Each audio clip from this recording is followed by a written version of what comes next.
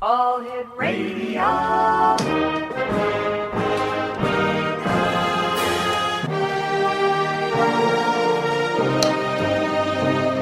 Welcome to the X Zone, a place where fact is fiction and fiction is reality.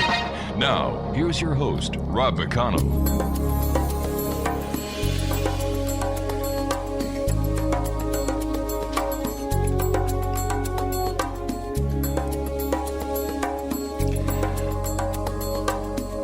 Welcome back, everyone. This is the X Zone. My name is Rob McConnell. We're coming to you from our broadcast center in Hamilton, Ontario, Canada.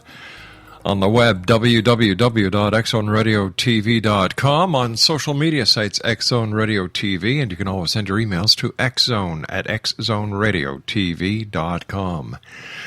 Well, let's see. In the last hour, we were speaking to Jim Gilchrist, who is the gentleman who is the founder and president of the Minuteman Project that is trying to get some semblance of, well, let's see, he just wants somebody to protect the border between the United States and Canada. And he figures, well, if the government's not going to do it, I'm going to get my posse and away we go.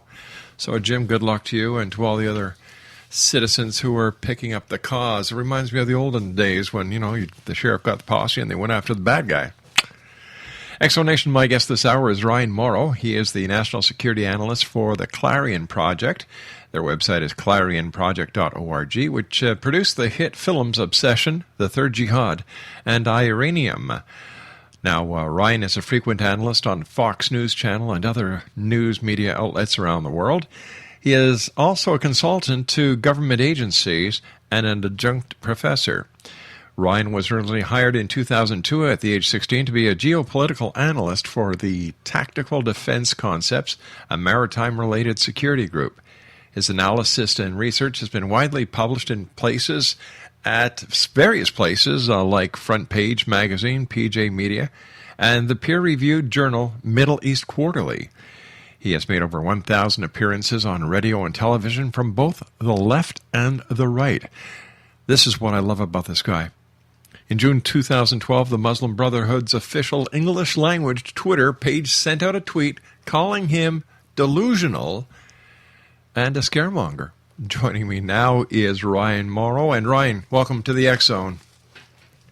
Hey, thanks for having me. I've got to ask you, how did you get the title of a, let me see, what do they call you, delusional and a scaremonger? This is coming from the Muslim Brotherhood.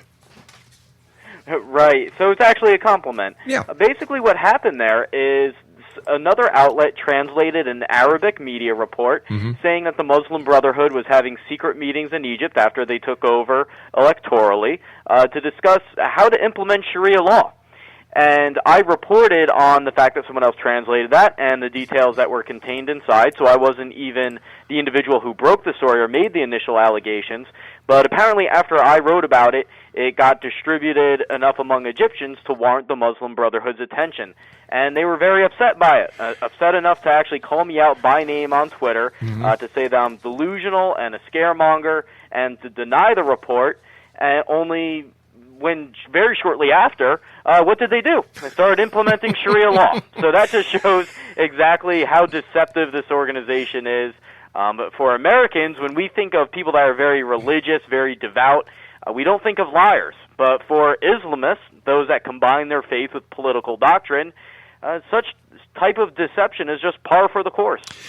Ryan, do you think the fact that you're a national security analyst had something to do with them calling you out? Because, they were gunning after a big guy here.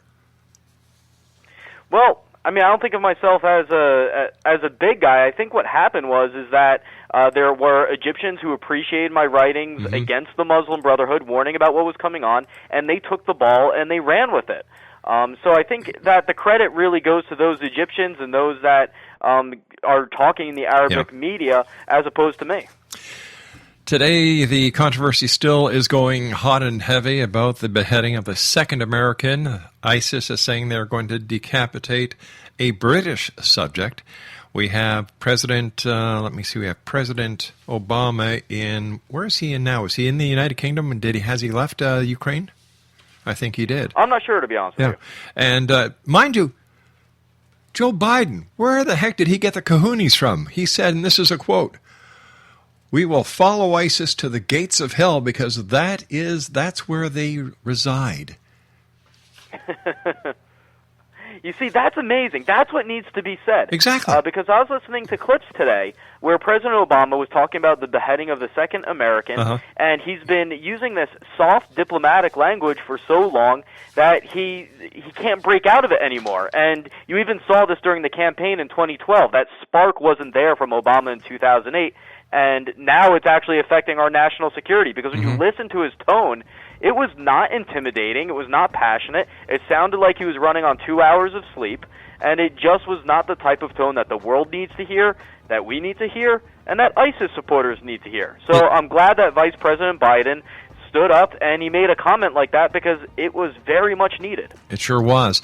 This is the big difference as I see it between Russia and the United States. Number one, President Obama's a politician first, whereas in Russia, Putin, he's a warrior. We'll be back on the other side of this commercial break in 2 minutes with our very special guest this hour, Ryan Mauro, who is the National Security Analyst for the Clarion Project. Their website is www.clarionproject.org. Ryan and I will be back on the other side of this 2-minute commercial break. Don't go away.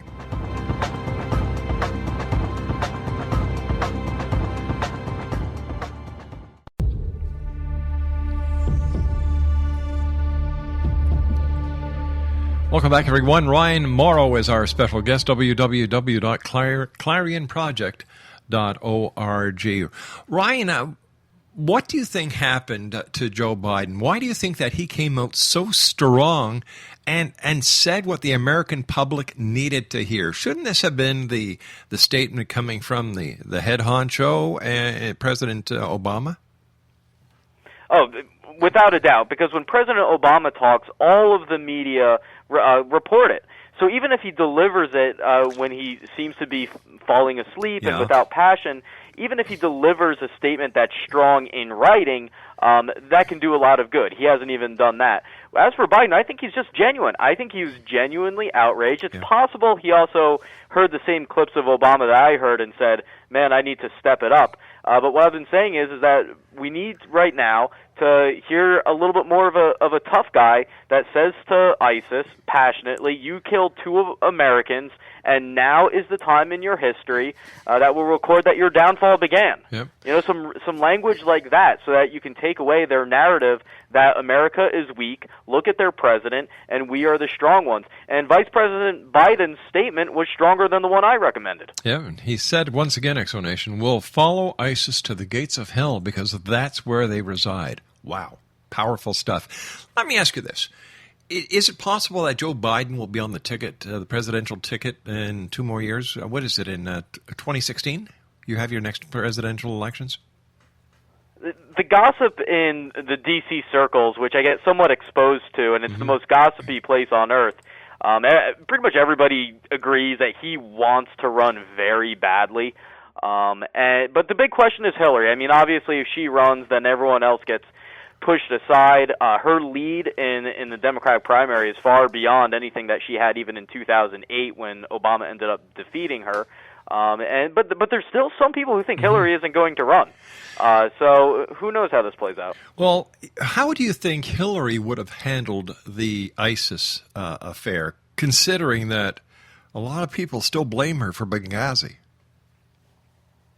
Right. Well, if based on people I've talked to who are connected with the White House, and also a lot of this has come out in recent interviews, Hillary is much more of a strategic thinker.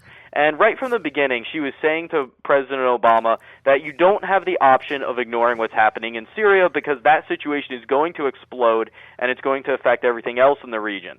What she was referring to is the fact that there's a civil war in Syria between the dictatorship of Bashar Assad, who supports terrorism. He's helped kill American soldiers, and he's an ally of Iran, bad guy, and rebels who are now led by radical Islamic forces connected to Al-Qaeda and ISIS. There are much weaker, more moderate forces on the ground that have asked for U.S. assistance from the beginning that are increasingly falling behind in power against ISIS and Al-Qaeda just because they have no outside help. And Hillary, according to the reports and her own claims, right from the beginning was saying to President Obama, eventually you're going to need someone you can work with on the ground in Syria to combat the jihadists, and you can't miss this opportunity. If Hillary was to get into the White House, would it be beneficial having Bill Clinton, a former president, in the office of the sitting president? Like, wouldn't that mean the Americans are getting double, getting two for the price of one? Sure, purely from the angle of experience, I mean, you can't beat that. The experience criteria is marked off multiple times over.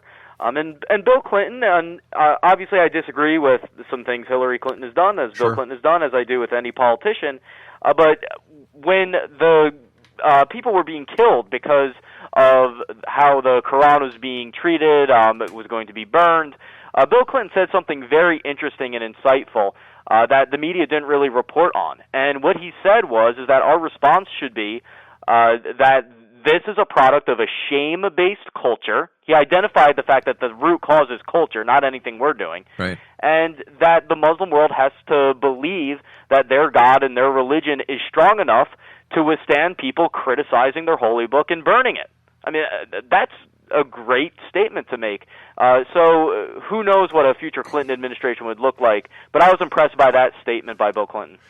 As everyone knows, there were the videos that were taken of the beheadings of the two Americans that basically went around the world, not only on YouTube but on mainstream media. But according to some sources, Ryan, it says that this is starting to backfire because, and this is from Beirut, the AFP, brutal beheadings recorded on video by the jihadist Islamic State are intended to terrorize the group's enemies, but are also angering and alienated the Muslims the group claims to represent. Right. And the reason that's happening is because of a few different reasons. You beheaded an innocent American, and that just doesn't play well even among some people that hate us. They say that's just going too far. He's not an American soldier. Then they did it very brutally, particularly in this latest video. It was just very horrifying to watch. And it doesn't play well. And the reason we know that there's a backlash is because years ago, Al-Qaeda was telling its operatives in Iraq, cut out the beheadings, it's counterproductive. There's Muslims that support you, and it's turning them against us. Speaking about the beheadings, is it possible that the two who were beheaded are actually still alive, that this was nothing else but a big put-on? There's no chance of that. All the sources, all the credible sources are confirming that this is as depicted, unfortunately. Wow. But one comment in regards to how we cover this, the media has this delicate balancing act, right, where they have to report on this, but you don't want to advance the ISIS propaganda, and that's the topic of my latest article at ClarionProject. And it's a point I want to emphasize. The way you can do that is you have to report on it, and I think it's important for the world to see some of these images so that they understand how serious this is. But you don't want to advance ISIS, their propaganda, and their declaration of victory. The way you do that is you point to two things. Number one, the polls showing a major political shift among the American people, that this is strengthening our resolve and not scaring us. Include that as part of the coverage. And secondly, include what's happening on the ground in Iraq as part of that coverage. That while ISIS is using this video to claim strength and that they're having victory on the ground, they're actually got kicked out of the dam in Mosul that they captured and were very proud of, and they've had to retreat from several other areas. Include that as part of the narrative, and I think that's a balanced, responsible presentation. Well, as far as the social media aspect of it, how is the internet and the handheld devices, is that working pro their cause or against their cause? It's definitely working for their cause, but on a broader level, what you're seeing is a generational evolution in the jihadist world. Because bin Laden and al-Qaeda-type terrorists were viewed as Puritans. They didn't want much to do with Western culture, especially American entertainment, because it's viewed as a source of corruption and sin, so you run away from it. What the next generation is doing, and this is part of the reason that ISIS is so popular, is that they've adopted Western entertainment and culture, and they've reconciled that with their radical Islamic beliefs. So when I look at what they're talking about online, they're using American movies, they're talking about video games at the same time as declaring jihad. Wow. So what they're doing is they're trying to use Western techniques in order to bring people over to their cause? That's part of it. Part of it is by design, but I believe a lot of this is also genuine. I think that they genuinely enjoy rap to the point that they make music videos. They like talking about things like the Call of Duty video game. I saw one guy complaining about no one bringing him Krispy Kreme. I think all of that is genuine, that they have reconciled their affection for some parts of Western culture and entertainment with their belief that they need to institute Sharia governance. And so they've bridged that gap so that Muslims don't have to say, well, if I have to choose between American culture and the things I love or this purified version of my religion, I might be more attracted to side with America, or at least go away from the radical ideology. What the Islamic State is doing is they're saying it's okay to enjoy some of those things. It's okay to be sarcastic and even curse online. But you have to be committed to jihad and Sharia governance, and you can reconcile those two things. And that appeals to Muslims in the West that are radical and are struggling with that identity crisis. As of today, another 350 military members are being deployed to the Middle East. This brings the total to over 1,000. Is this the start of boots on the ground?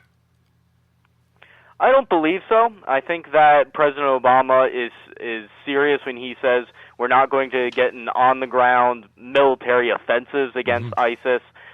Politically, only 30% of Americans support that, although the case hasn't been made for it, so those numbers could shift. And also, I think ISIS would celebrate that, because even if an American soldier goes in and kills 100 ISIS terrorists, if they're able to kill or kidnap one American soldier, that's worth a lot to them. So I think that they would welcome that. But technically, the soldiers that have been deployed to protect American personnel and our diplomatic facilities, they are combat soldiers. If they're attacked, they're going to fight. That's a combat experience. But by combat soldiers, what President Obama is referring to is actually putting together a battalion that goes in, clears out an area, and fights ISIS directly. So how do you justify what Joe Biden said today about following ISIS to the gates of hell if you're not going to put boots on the ground? Well, there's different ways to go after ISIS, and it all comes with a cost. Every single action. For example, when we bomb ISIS, that also costs a lot of money. It's possible that plane may malfunction and the pilot could be killed. So you have to weigh costs and benefits. And at this stage, I think that the cost of sending in American soldiers is not worth the possible result, especially because American military forces in the air, special forces raids, advisors, and covert operations can do a lot of damage to ISIS, and the best example of that is what the drone campaign has done to Al-Qaeda in Pakistan. We didn't have to invade Pakistan, but through special operations and through drone strikes, we have done them serious damage. We may have done them serious damage, but are we talking about the same caliber of fighter that we're talking about when we talk about ISIS? Are we talking about apples and apples, or are we talking about apples and bananas? I would say that they're very similar, because ISIS has eclipsed Al-Qaeda in their military capabilities in terms of their arms, their training. They have actual battle experience in Syria. So right now they are tougher than Al-Qaeda. But Al-Qaeda was once tougher than it currently is. I don't see why the same strategy couldn't be used, especially when you look at the videos and the pictures of ISIS. They tell us where they are, basically. They have gigantic black flags. Yep. They're very often in deserts. Okay, I hate to do this, Ryan. We can't target them. Ryan, we've got to take our news break. Please stand by. Ryan Mauro is our special guest, ClarionProject.org, and we'll be back on the other side of the news.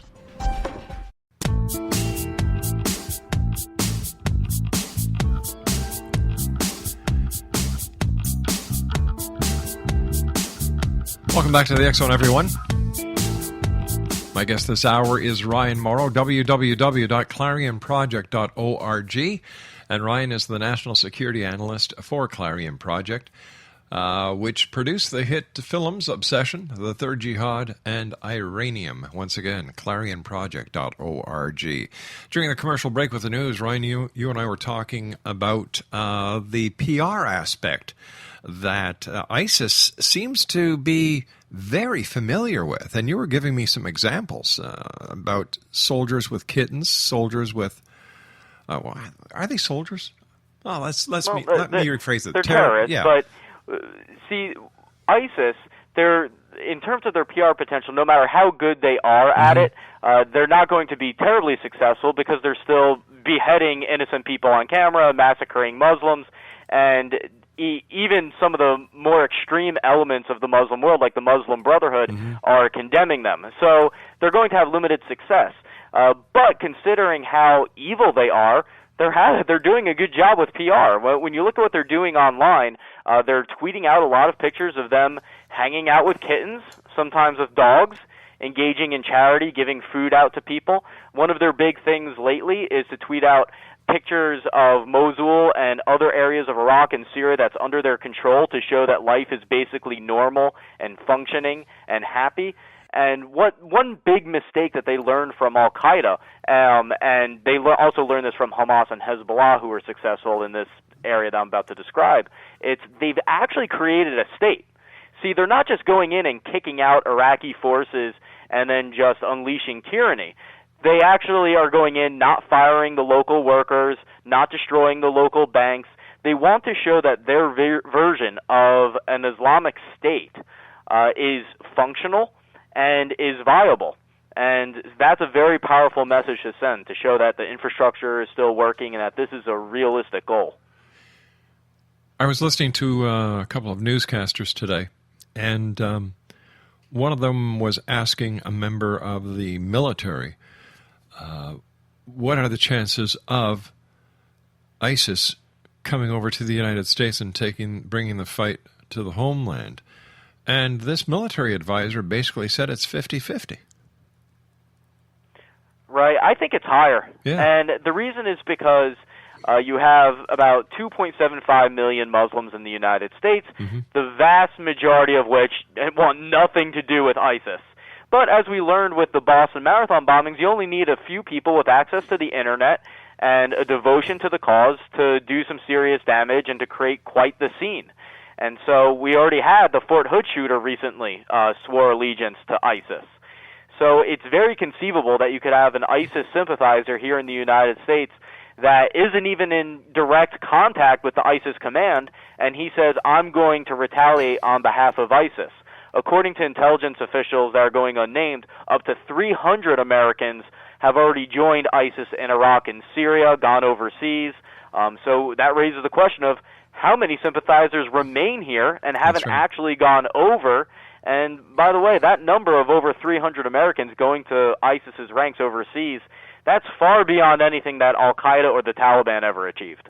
How do they get the money from overseas to the accounts of these people that they're giving the money to come over to their part of the world without being picked up or tracked by any of the security agencies? Well, a lot of them, unfortunately, do not have the records that lead to them being monitoring. So if they're getting small bank transactions from overseas, that's not going to be picked up because you can't monitor every financial transaction. Overseas, there's a lot of racketeering. They're selling oil illegally on the black market. They're kidnapping people, holding them for ransom. And also, ISIS has also become a very wealthy organization just by taking over territory, taking over pieces of infrastructure and getting money that way and shaking people down. And if they ever run low on cash, they have a lot of banks under their control with potentially billions of dollars in Iraq that they can raid and go into. So money right now is not a problem for them, and money has been a problem for Al-Qaeda. That also doesn't take into account that ISIS probably has some donors in the Gulf with a lot of money that are helping them out. Is there any estimate on how much each one of these Americans who go over to fight with ISIS are getting paid? It's a few $100s a month if you become a member of ISIS, from what I've read.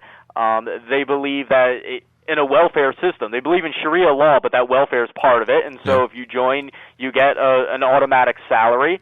But we're just talking about hundreds of dollars a month. And in addition, you can also do side work because there still are stores operating and restaurants. And it doesn't take much money to get someone from the United States to buy a passport and go over there because, unsurprisingly, flight tickets to places like Iraq and Syria are quite cheap. Really? With everything that's going on, you've got to have really cheap plane tickets. Now, wouldn't this be a flag-waving caution, a red flag for the members of the immigration services or once again the intelligence agency when they see a guy getting on one of these planes with a cheap ticket? Like, hello, are they asked where they're going, what they're doing, how they intend on supporting themselves while they're overseas? Well, especially if you're an American citizen, you can't really ask those questions. It's basically viewed as not being the government's business because otherwise you're just picking out someone that's a Muslim that's going over to a Muslim country without evidence for you to make those type of suggestions. A lot of them are going over to Europe and then they go over to Turkey and then they cross the border that way. And so there's a lot of flights going back and forth between the U.S. and Europe, between the U.S. and Turkey. That's a very common occurrence. So it's not abnormal for the authorities to encounter someone that's taking that same exact flight path. They just happen to have a different ultimate destination that they don't disclose, or that they don't disclose. So you mean the authorities cannot, on reasonable and probable grounds, detain the person, check out their story before they're allowed to go on their merry way? They cannot. They have to have information from within the system. They have to be on the no-fly list. There has to be some type of intelligence shared saying that you need to watch out for this specific person. Or they have to do something really stupid in the airport that warrants that type of attention. Because like I said, flights of Americans going to somewhere like Turkey are very common. I was wondering if you could tell us about the JUF, who they are and what they do. This is a very interesting organization that I've followed closely for ClarionProject.org and broken a number of stories about. JUF is Jamaat al-Fuqra. They operate in the United States with the name Muslims of the Americas, so they sound much more accepting than they actually are. The cleric that they follow, who they view as a representative of God, whose every word is to be followed, is named Sheikh Mubarak Jalani, and he resides in Pakistan. This organization has bought up private land to develop communes that are sometimes dozens of acres large, including their 70-acre compound in New York State called Islamburg.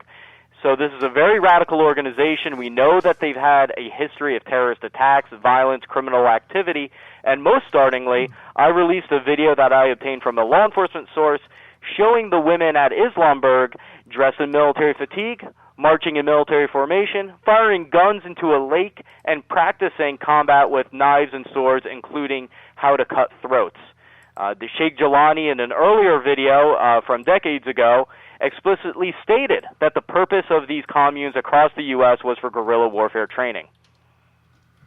Is this the only compound that is like this in the United States with a name of Islamburg? Doesn't this raise any suspicions? Doesn't anybody raises suspicions, especially when the neighbors report the gunfire. But according to this organization says that they have 22 of what they call Islamic villages across the U.S. The Clarion Project caused quite a stir earlier this year when, based on declassified FBI documents we obtained, we identified one such camp near Sweeney in Texas. The so-called holiest site of this organization is located in York County, South Carolina, but they also have sites in Georgia, in Virginia. They say they even have one near Anchorage, Alaska. So it's 22 spread out across the country according to their own numbers, and the reason they can do this is because most of what they do is legal. It's legal to buy private land and believe in radical things and to train in guerrilla warfare. They may be watched by the FBI, they may be investigated, but they cannot be shut down for those activities as things currently stand until legislation changes that. Unbelievable. So here we have the possibility of a terrorist training camp smack dab in the middle of the homeland. 22 of them. And they can do that? How can they be shut down? It's really remarkable, especially when you go to our website and you look at the FBI documents that say this is a group that's engaged in terrorism and retains the capability for a terrorist campaign. So the FBI knows how bad these guys are, so why aren't they shut down is a reasonable question to ask. The reason is because of a technicality. The State Department has viewed them as a domestic organization. Even though their main leader is in Pakistan, they are viewed as a domestic group, and therefore they're treated differently. And they are mostly American citizens. If they were labeled as a foreign terrorist organization, like Hezbollah or Hamas, it becomes illegal to operate in the United States and illegal for anyone in the U.S. to provide them with material support, and the camps are shut down. So nothing can be done until they are either reclassified by the State Department or they commit a criminal offense.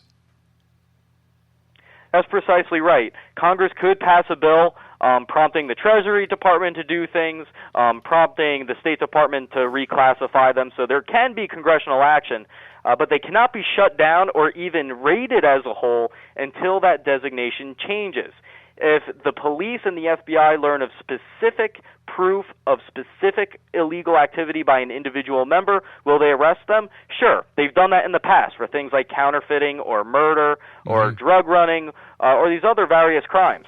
But they cannot go into these camps and search all of the trailers and find out what's going inside. Only in America. Isn't democracy great? Democracy is wonderful, but we are willing to trade some of our security for the freedoms we cherish. Do you think we're too politically correct? Yes, I think that we are arguably not free enough. I think that we should always err on the side of freedom, but at the same time, we are also very politically correct. So organizations like this are not high up on the radar, and very often there are people who even appear as commentators in media, as governmental advisors that are Islamists, they are radical, they support the Muslim Brotherhood, sometimes even support Hamas.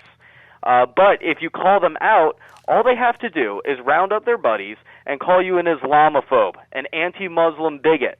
And even if that charge is outrageous, the media and other people will run away from you because they don't want to be caught up in that battle. And so these same organizations that are radicals themselves are pressuring agencies like the FBI not to even use terms like Islamist or Islamic terrorism or radical Islam, or even to go to Muslims that disagree with the radicals as trainers. It sounds unbelievable, but it's all been proven by published documents by the Department of Homeland Security and by the mainstream media. Sounds like the patients are running the nut house.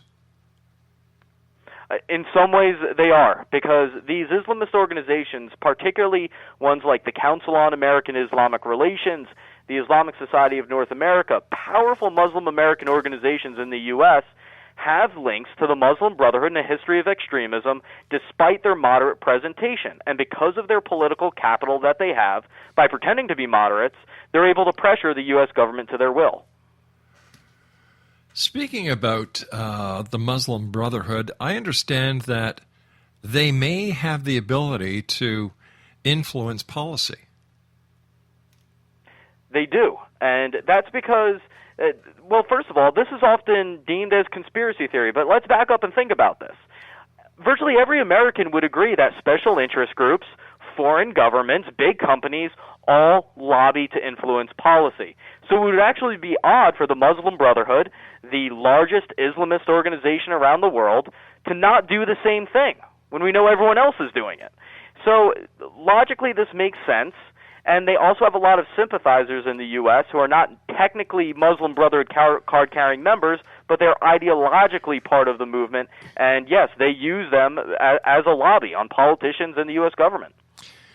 How much money do you think it has passed hands in order to make some of these policy decisions, and who's the head guru that's funding all this?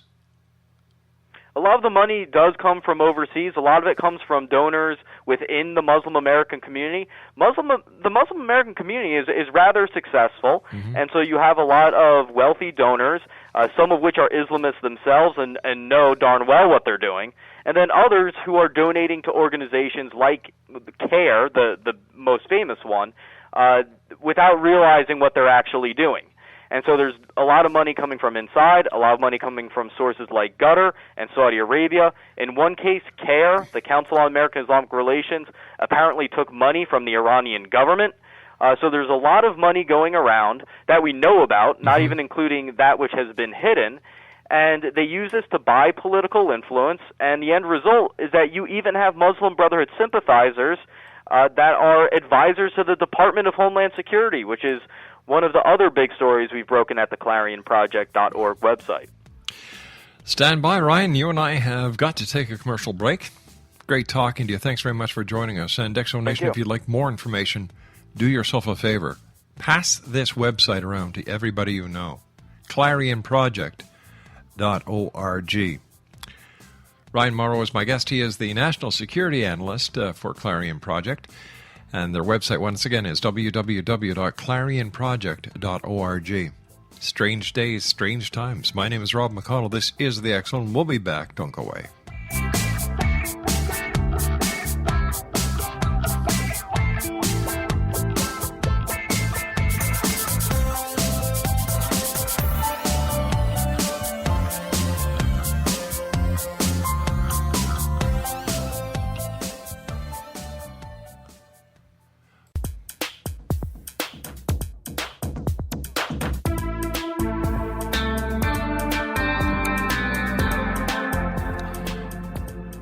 Exonation, my guest this hour, Ryan Mauro. He is the National Security Analyst for ClarionProject.org, and they produced the hit films Obsession, The Third Jihad, and Iranium. He is a frequent analyst on Fox News Channel and other news outlets around the world. He is also a consultant to government agencies and an adjunct professor. Once again, their website is www.clarionproject.org. Tell our listeners about your newsletter that they can sign up for on your site. Sure. If you're interested in knowing more about what we've been talking about, go to ClarionProject.org. We have a weekly newsletter that you can sign up for, and you can get all of our stories since the website's updated daily, but you can get them all compiled in once every week. And the one thing I can guarantee is that every single time you open up that newsletter, you're going to see several articles covering important stories, and you're going to say, I can't believe I didn't see that on the news. Yeah. And we go much deeper than the 30-second news culture that we're currently exposed to and is dumbing down the country. Is the media brainwashing us? Not on purpose, and the bottom line is the media is giving us what we want. They're businesses. So Americans nowadays want quick news in 3-minute segments maximum that are very superficial, and that's it. And so we're the ones responsible for that because they're just responding to our wants and desires. And a really good example of a story that I can't believe didn't get media attention, and it infuriates me every time I think about it. Most people don't know that a terrorist attack happened this summer in the United States, killing 4 people. There was a radical Muslim that murdered 2 gay people in Seattle, or near Seattle, just for being gay, including one that had a Muslim-sounding name, murdered another person, came over to New Jersey and murdered another person, and was arrested. When he was arrested, he said the reason he carried out those murders was because it was an act of jihad against the United States. I teach on an adjunct level counterterrorism, and by every definition that my class uses of terrorism, this case fits that. Yet virtually no one knows that this terrorist attack happened, and the death toll matches the death toll of the Boston Marathon bombing. But because it wasn't bombs going off, and because there was some space in between the murders, no one knows about it. Wow. It's amazing. It truly is. It truly is. Any of the other killings in the United States that may have been thought to be random acts of violence, were they investigated in the same light that this could have been a terrorist act? The problem is with the definition of terrorism. This case I just described is unequivocally an act of terrorism. No one can argue about it. But there are also radical Islamic hate crimes. There was someone in Seattle that tried to burn down a gay nightclub earlier this year. That's an act of terrorism, technically, but it was treated by the media and the authorities as an act of attempted arson because that was the charge. It's harder to prove that's an act of terrorism, but you can prove that it's an act of arson. We've documented a lot about the abuse of women around the world, including here in the United States, by radical Muslims. Those are radical Muslim hate crimes coming from the same ideology that terrorists act upon, but they're treated as individual acts of domestic abuse or murder. Wow. And so we're not seeing the full spectrum of what's actually going on.